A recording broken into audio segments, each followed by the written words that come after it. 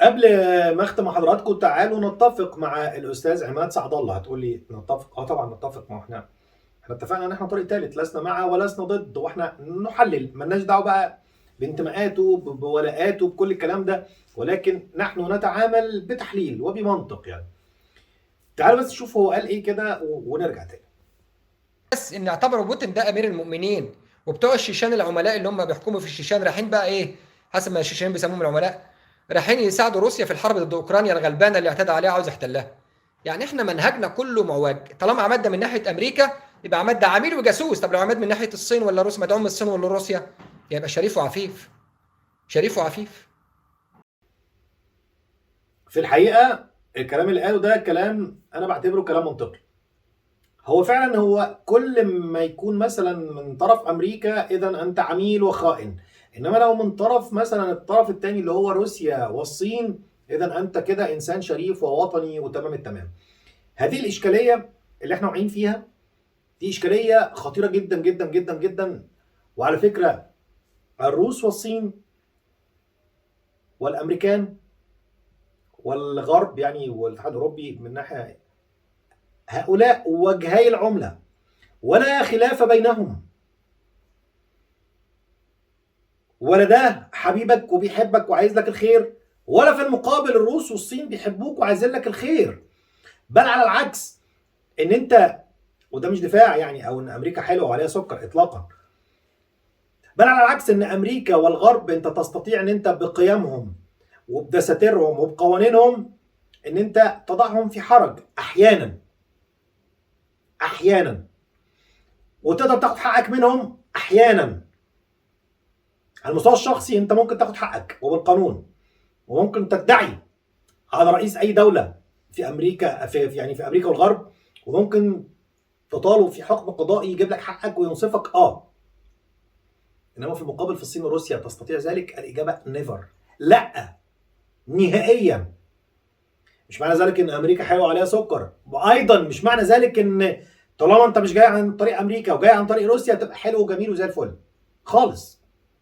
لا، ده بيحبك وبيحب لك الخير، ده انت بالنسبه له اداه ومصلحه، وايضا التاني انت بالنسبه له اداه ومصلحه.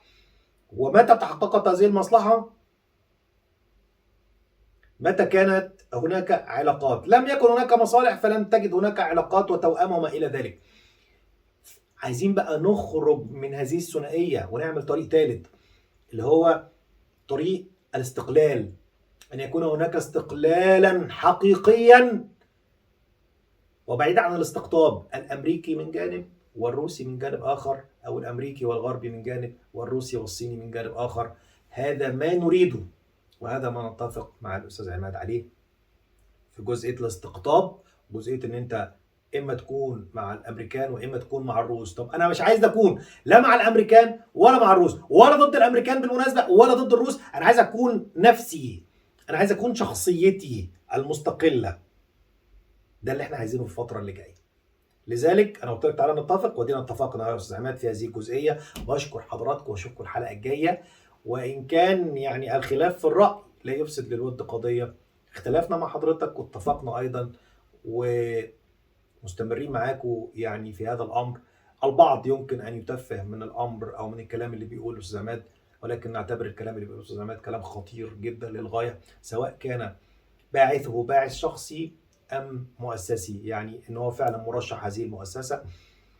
وانا الى الان ليس لدي ما يؤكد انه مرشح هذه المؤسسه او المنظمه الدوليه اللي هي الماسونيه، وليس لدي ما انفيه او ما يعني ما ينفي ذلك.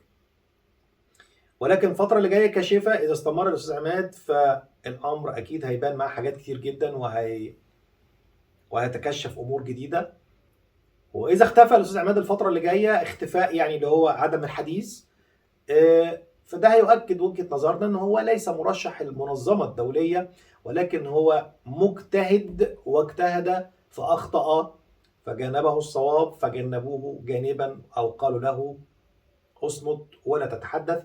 ندع الأيام القادمة كاشفة لما سيحدث. هل سيستمر في حديثه وفي انطلاقاته وفيديوهاته أم سينتهي عند هذا الحد؟ دمتم في أمان الله، إلى اللقاء.